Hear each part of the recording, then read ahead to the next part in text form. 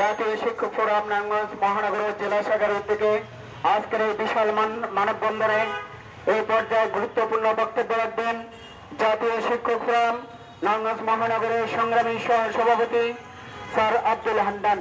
বক্তব্য রাখবেন আব্দুল হান্নান, সহ সভাপতি জাতীয় শিক্ষক ফোরাম নারায়ণগঞ্জ মহানগর।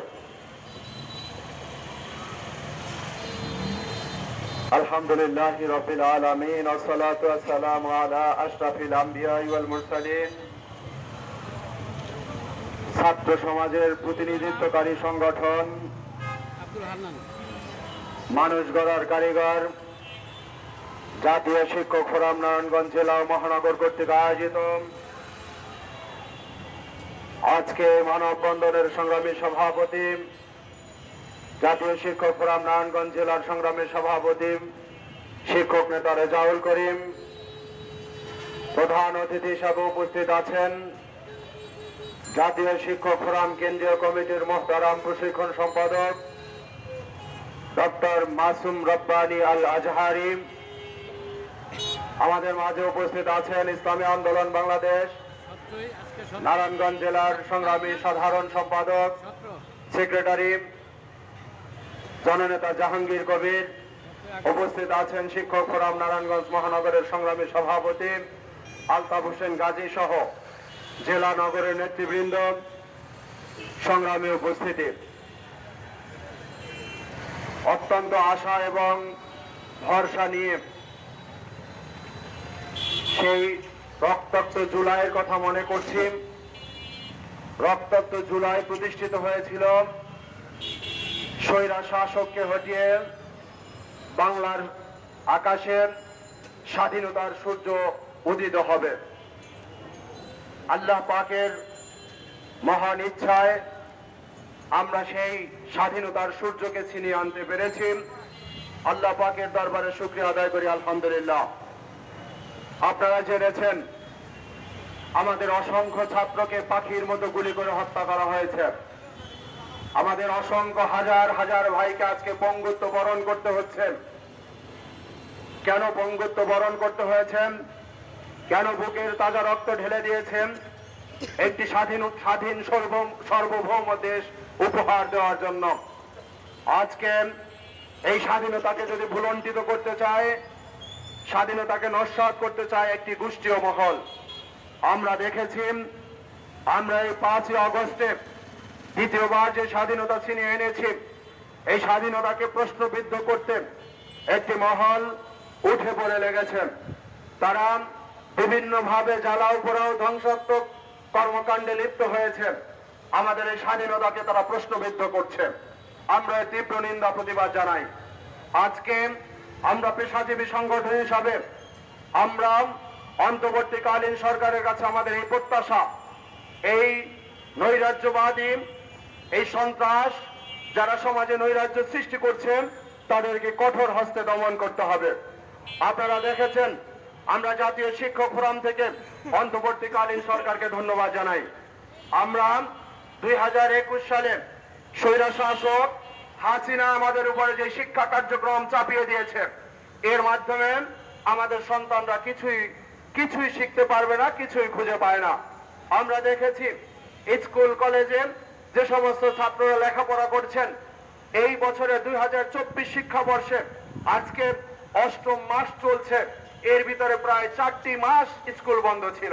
তাহলে আমাদের ছাত্ররা কি শিখতে পারবে? এরপরে কারিকুলামের ভিতরে যেই সিলেবাস সাজানো হয়েছে, এখানে শেখার মতো কিছু নেই। আমি একটি স্কুলের শিক্ষক, আমার পাঠ্যক্রমের ভিতরে, নতুন পাঠ্যক্রমের ভিতরে আমি ছাত্রদেরকে কোথা থেকে কি পড়াবো আমি নিজেও খুঁজে পাচ্ছি না। আমি একজন শিক্ষক হয়ে যদি খুঁজে না পাই তাহলে ছাত্ররা কি পড়বে? ছাত্ররা বাসায় গিয়ে মনে করছে আমার তো আজকে কোনো পড়া নেই, আমাকে কোনো কাজ দেওয়া হয় নাই, আমাকে কোনো পড়া দেওয়া হয় নাই, তাহলে আমি টিভি দেখা ছাড়া তো আর আমার কোনো কাজ নাই। সেক্ষেত্রে এই কারিকুলামের মাধ্যমে ছাত্ররা মোবাইলে আসক্ত হয়েছে, ডিভাইসে আসক্ত হয়েছে, তারা তাদের নৈতিকতার পদস্খলন হয়েছে, আমরা এটা দেখতে পাই। তারপরে বছরের শেষে আমরা কি দেখতে পাই? বছরের শেষে তাদের যে নৈপুণ্য অ্যাপের মাধ্যমে যে রেজাল্ট প্রকাশ করা হয়, সেখানে ত্রিভুজ চতুর্ভুজ বৃত্ত। আচ্ছা, ত্রিভুজ চতুর্ভুজ বৃত্ত দ্বারা ছাত্ররা কি রেজাল্ট করলো, কি করলো, কত নাম্বার পেলো, কত মার্কসে পরীক্ষা দিল, এটা কিছুই বুঝে আসে না। সেক্ষেত্রে আমরা এই শিক্ষা ব্যবস্থা চাই না।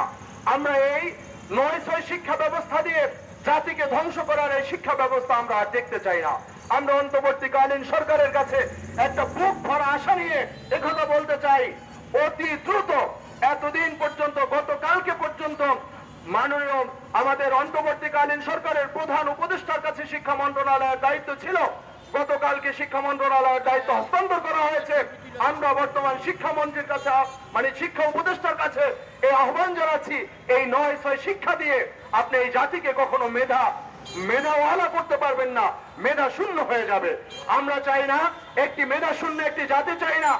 এই ভূখণ্ডকে ধ্বংসের জন্য ফ্যাসিস্ট হাসিনা যে নীল নকশা তৈরি করেছিল এই জাতিকে মেধাহীন করা। আমরা দেখেছি এই মেধাহীন জাতিকে আয়নাঘরের ভয় দেখানো হয়েছে। আমরা দেখেছি এই জাতিকে বিভিন্ন ভাবে অস্ত্রের মুখে তাদেরকে বিভিন্ন ভাবে ব্যবহার করা হয়েছে। ছাত্রলীগ, যুবলীগ টেন্ডারবাজি করে আজকে বাংলাদেশটাকে লুটে পুটে খেয়েছে। আমরা ভাবতেও অবাক হয়, বাংলাদেশে 18 লক্ষ কোটি টাকার উপরে ঋণ কিভাবে বাংলাদেশে এটা সম্ভব। এত আমাদের ছোট্ট মানচিত্রে যদি 18 লক্ষ কোটি টাকা ঋণ থাকে, তাহলে এটা বাংলাদেশের মাথা পিছু ঋণ কত? আমাকে প্রশ্ন আসে, একটা শিশু, একটা ছাত্রকে যদি লক্ষ লক্ষ টাকা ঋণ নিয়ে যদি জন্মগ্রহণ করতে হয়, তাহলে ঋণের বোঝার কারণেই তো সে অস্থির হয়ে যাবে।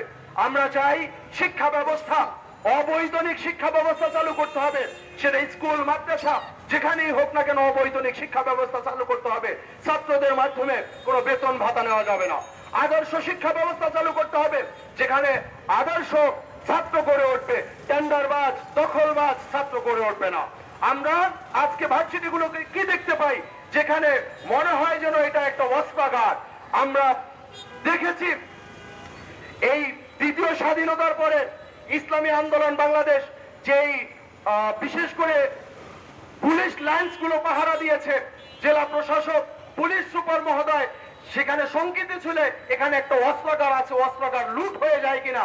কিন্তু অস্ত্রাগার লুট হয়ে সেটা ছাত্রলীগের ছাত্ররা হলে তৈরি করেছিল ইতিমধ্যে, যেটা আজকে পত্রিকার মাধ্যমে, সাংবাদিকদের মাধ্যমে ফুটে আসতেছে। এক এক জায়গায় হাজার হাজার, শতে শতে রান্দা আজকে খুঁজে পাওয়া যায়, আগ্নেয়াস্ত্র খুঁজে পাওয়া যায়। এরকম ছাত্র তো আমরা আর চাই না। ভার্সিটিগুলোকে অপরাজনীতি মুক্ত করতে হবে, আদর্শ রাজনীতির চর্চা হিসেবে গড়ে তুলতে হবে। সবাইকে ধন্যবাদ জানাই, অন্তর্বর্তীকালীন সরকারকে ধন্যবাদ জানাই।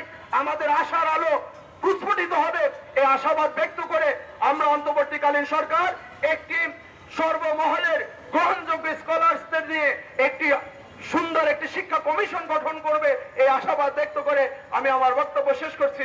আল্লাহ হাফেজ।